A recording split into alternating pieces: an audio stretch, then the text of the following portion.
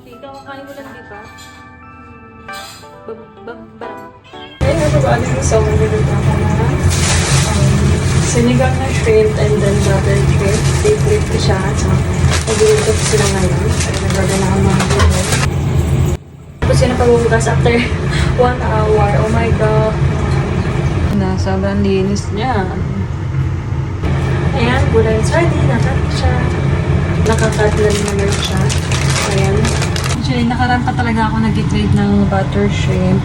And then, dahil nag-request yung panda ko, syempre, pagluluto natin siya ng butter. And guys, ito na ang ating butter shrimp. See?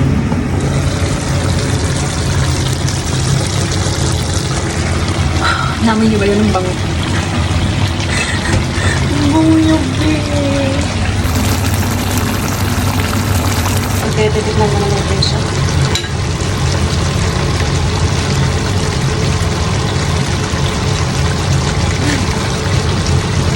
Tatlong butter shrimp. Tatlong butter ang nilagay ko. Kaya sobrang lasa ng butter.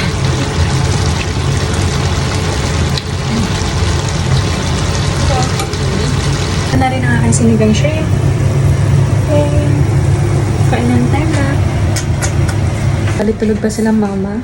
At yung mga kapatid ko. So, sakto gigising na rin sila. Ipapag-prepare ko na sila ng pagkain. So, gantang gawain ko din. Pag-day off ko. Ayan, gising na si mama. Bagong gising. Pagkain na yan. Nag-prepare na rin siya ng pagkain. Ganito ang bago. Alam, ang taba. Ang taba ng likod mo ah. Puro pata. Kaya nga mataba dahil pagkagising, kain na kaagad. Sanay kain lang. Kain tulog. Kain ng... Hindi, masarap. Seafoods to di. Ano daw? Seafoods. Butter shrimp. Ayan, sobrang nag-crave ako. Ayan, daming ulam eh. Silagang ukra din. Sariwa yan. Kaya, din ang allergy sa hipon. Namumula ka na. Oo, sabaw lang. Hindi ka pa kumakain yan, ha? Hindi sabaw pa lang Blush pa lang yan. Blush pa lang yan. Anong blush yun? Natural yan. Uy.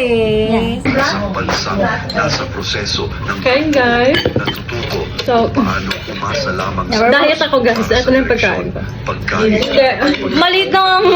process na Kita ako. pinuno. Hintayin ko kasi si Panda. Sabay na kami kakain. So, ito muna yung pagkain. Asan siya? Nasa work pa siya eh. So, dahil nagugutom ako, wala pa akong breakfast. Kakain muna ako. Ramadan kami. Hindi ako kumakain isda. Ikaw makain isda? No, I eat bangus. Depende. No, I don't like it. Karuli. Malangsa. Anything malasa, ayoko.